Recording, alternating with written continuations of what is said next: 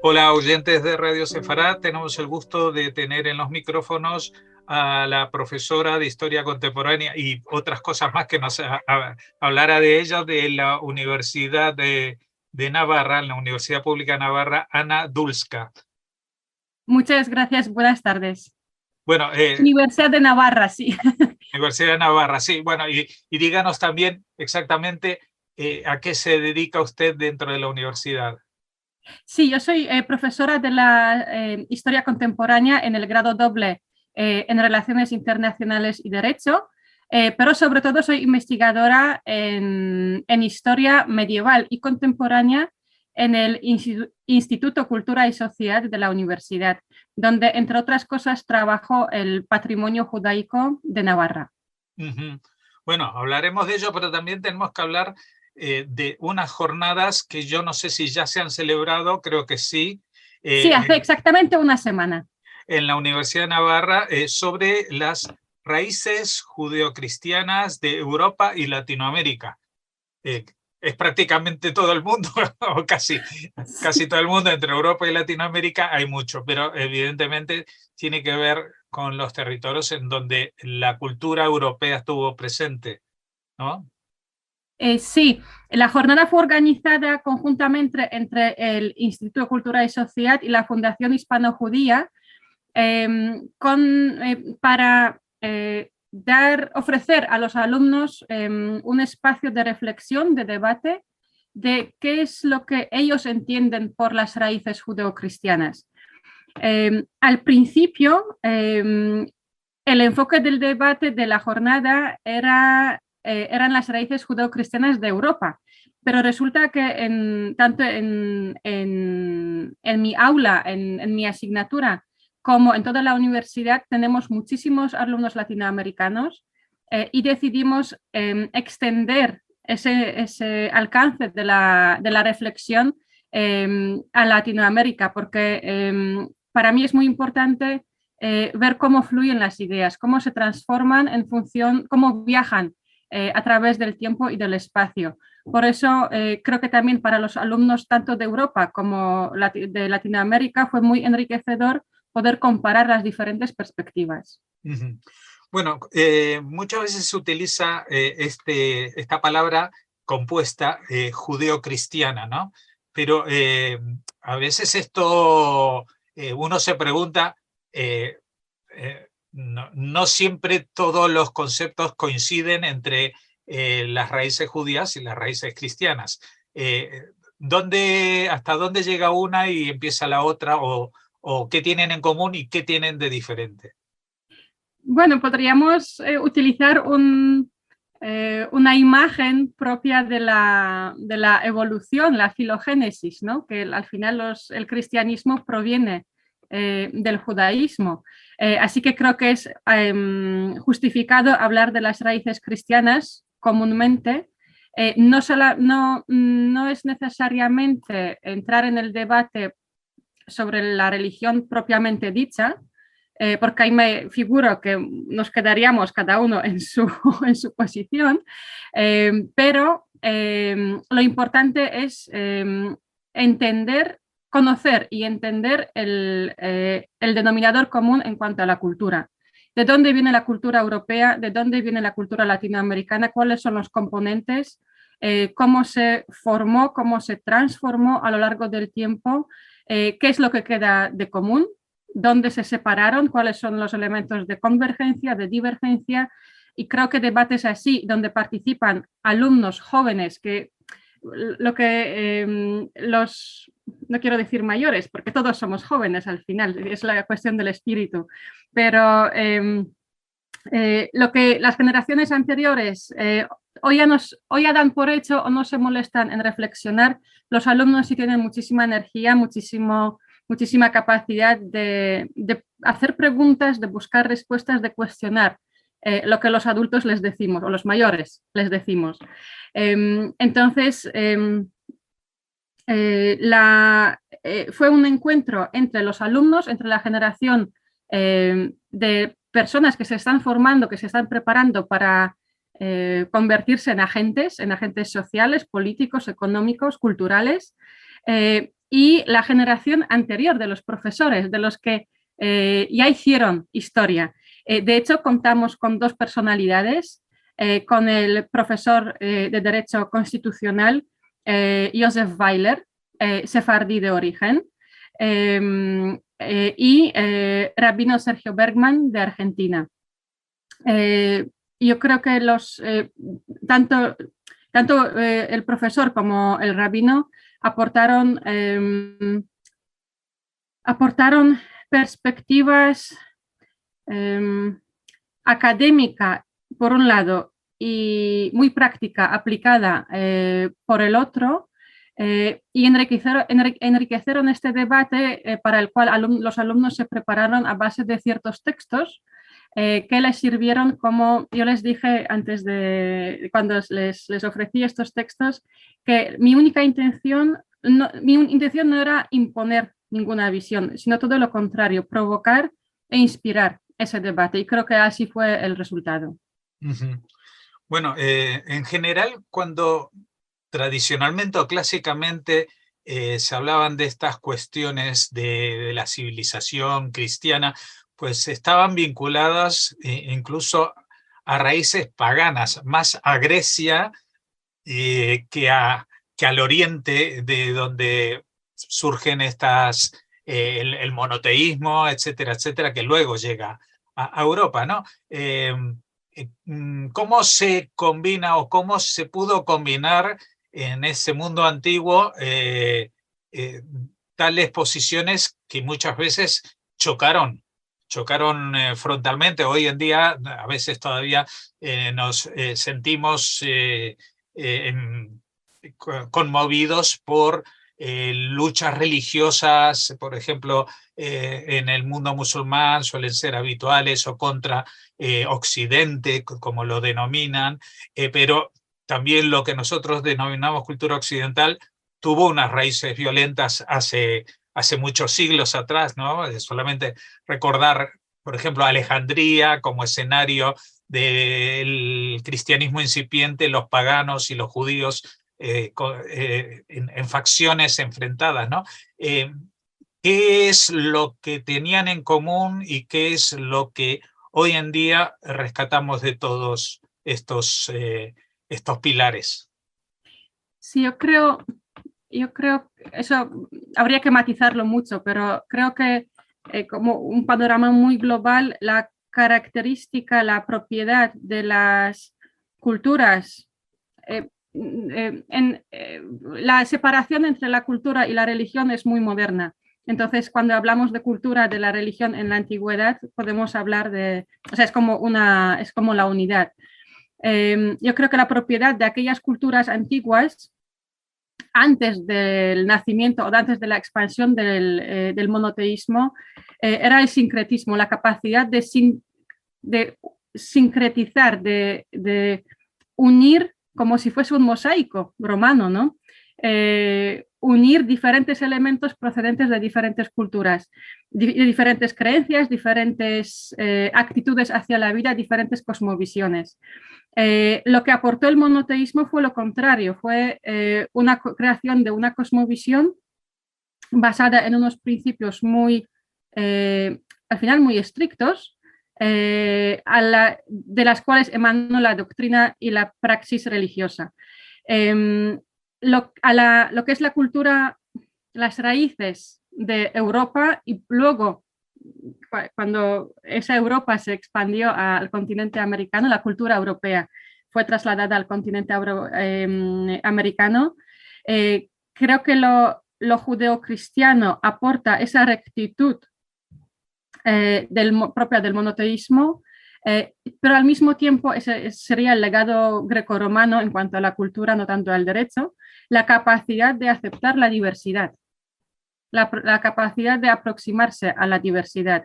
Y creo que aquí podemos encontrar un gran equilibrio y un gran espacio de diálogo sin necesidad de cuestionar nuestras propias convicciones y creencias.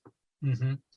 Bueno, usted es profesora de Historia Contemporánea y justamente en la historia contemporánea se da la paradoja que estas culturas que ya podríamos llamar secundarias porque fueron exportadas desde Europa a Latinoamérica, son las que más han estado en contacto más con el judaísmo que España, que durante 5 siglos prácticamente estuvo ausente el judaísmo de aquí, ¿no? Usted es originaria de Polonia, donde sí hubo una presencia judía muy importante, justamente desde la época en que decayó España hasta hace Ahí pocos está, años. sí, Entonces, correcto. me imagino que la percepción de los alumnos latinoamericanos y españoles respecto al hecho judío de esta fórmula, de esta ecuación, es bastante diferente, ¿no?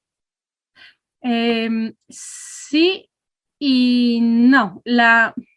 Yo creo que ese debate fue justo para los alumnos va a constituir un antes y un después, porque será ahora cuando empezarán a preguntarse qué es lo judío, qué significa lo judío para nosotros, para nuestra cultura.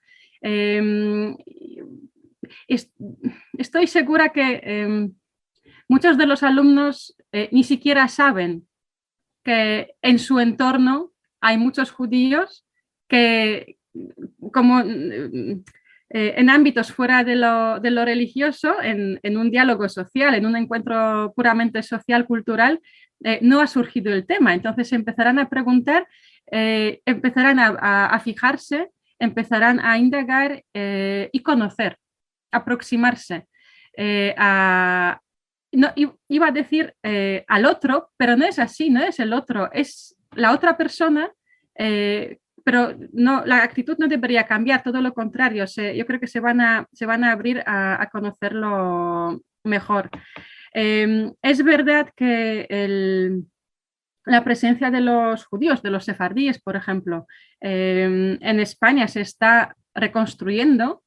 Aquí el papel fundamental fue el de la nacionalidad española para los sefardíes como una forma de retorno a Sefarad, que en Latinoamérica, donde, como usted ha dicho, han vivido durante siglos, también en otras partes del mundo mediterráneo, Turquía, el norte de África, donde este hecho judío, como usted ha mencionado, ya se había normalizado. En España es algo de lo que se está hablando ahora, está como en la agenda mediática, y creo que queda mucho trabajo para normalizarlo, para que volvamos a ese modelo de convivencia que se había destruido. Bueno, entiendo que la Universidad de Navarra tiene su sede en Pamplona, ¿no? Sí. En Pamplona, que yo sepa, no hubo judería o no la hubo tan importante como para que hayan quedado rastros, pero sí que hay en la región de Navarra, sí que hay restos de judería e incluso, pues creo que también históricamente hubo algunos judíos de aquella época de la Edad Media en Navarra que llegaron a cierto grado de notoriedad, ¿no? Pero esas raíces todavía no han calado muy hondo en la sociedad navarra, ¿no? Yo creo que es cuestión de recuperarlas para que no se limite el conocimiento del legado judaico, no se limite a jornadas una vez al año, que son muy importantes, pero debería ser algo que entre en la conciencia de que algo cotidiano. Es cierto que Navarra ha dado de Navarra procedían varios judíos de muchísima relevancia para la cultura judía, europea y universal. Sirvan de ejemplo Benjamín de Tudela, el famoso viajero, Abraham ben Ezra o Yehuda Halevi. También es verdad que en las ciudades navarras hubo juderías, las hay o bien como patrimonio arqueológico o bien como espacios de vida cultural. No solamente en las ciudades principales, como puede ser Tudela o Estella, pero también en las localidades más pequeñas, mucho más pequeñas. Prácticamente cada localidad tuvo un barrio o un enclave judío. Respecto a Pamplona, le voy a sorprender porque, y a los oyentes, espero que a los oyentes también, porque Pamplona sí tuvo su judería, que fue muy importante. Y justo estamos trabajando, le agradezco muchísimo ese comentario, porque justo en la Universidad de Navarra estamos trabajando en recuperar el patrimonio material y conocer y recuperar los vestigios arqueológicos de esa judería. Espero que podamos volver a hablar dentro de un tiempo para revelar los resultados de estos estudios, porque son, mientras que en Tudela y en Estella se conoce bastante bien, se ha invertido muchísimo esfuerzo para devolver el valor a ese patrimonio. En Pamplona es un tema todavía incipiente y esperamos poder contribuir a su desarrollo. Así que estaremos encantados de que nos cuenten novedades al respecto, porque a diferencia del concepto que muchos tienen de la historia con respecto a las investigaciones en torno al judaísmo en España, pues es en los últimos años cuanto más descubrimientos surgen, a veces en cuestiones como la construcción de una carretera que desentierra en un cementerio judío. Esto ha pasado ya en varias ocasiones. Exacto, y la arqueología es una forma de... no se trata de buscar algo excepcional, una gran estructura, un gran edificio, una gran sinagoga u otro edificio ritual, sino en la suma de estos yacimientos, de estos hallazgos, está la normalidad. La especialidad no tiene por qué residir en algo excepcional, sino precisamente lo contrario, en algo normal, en algo cotidiano, para comprender que esa convivencia fue algo normal. Uh-huh.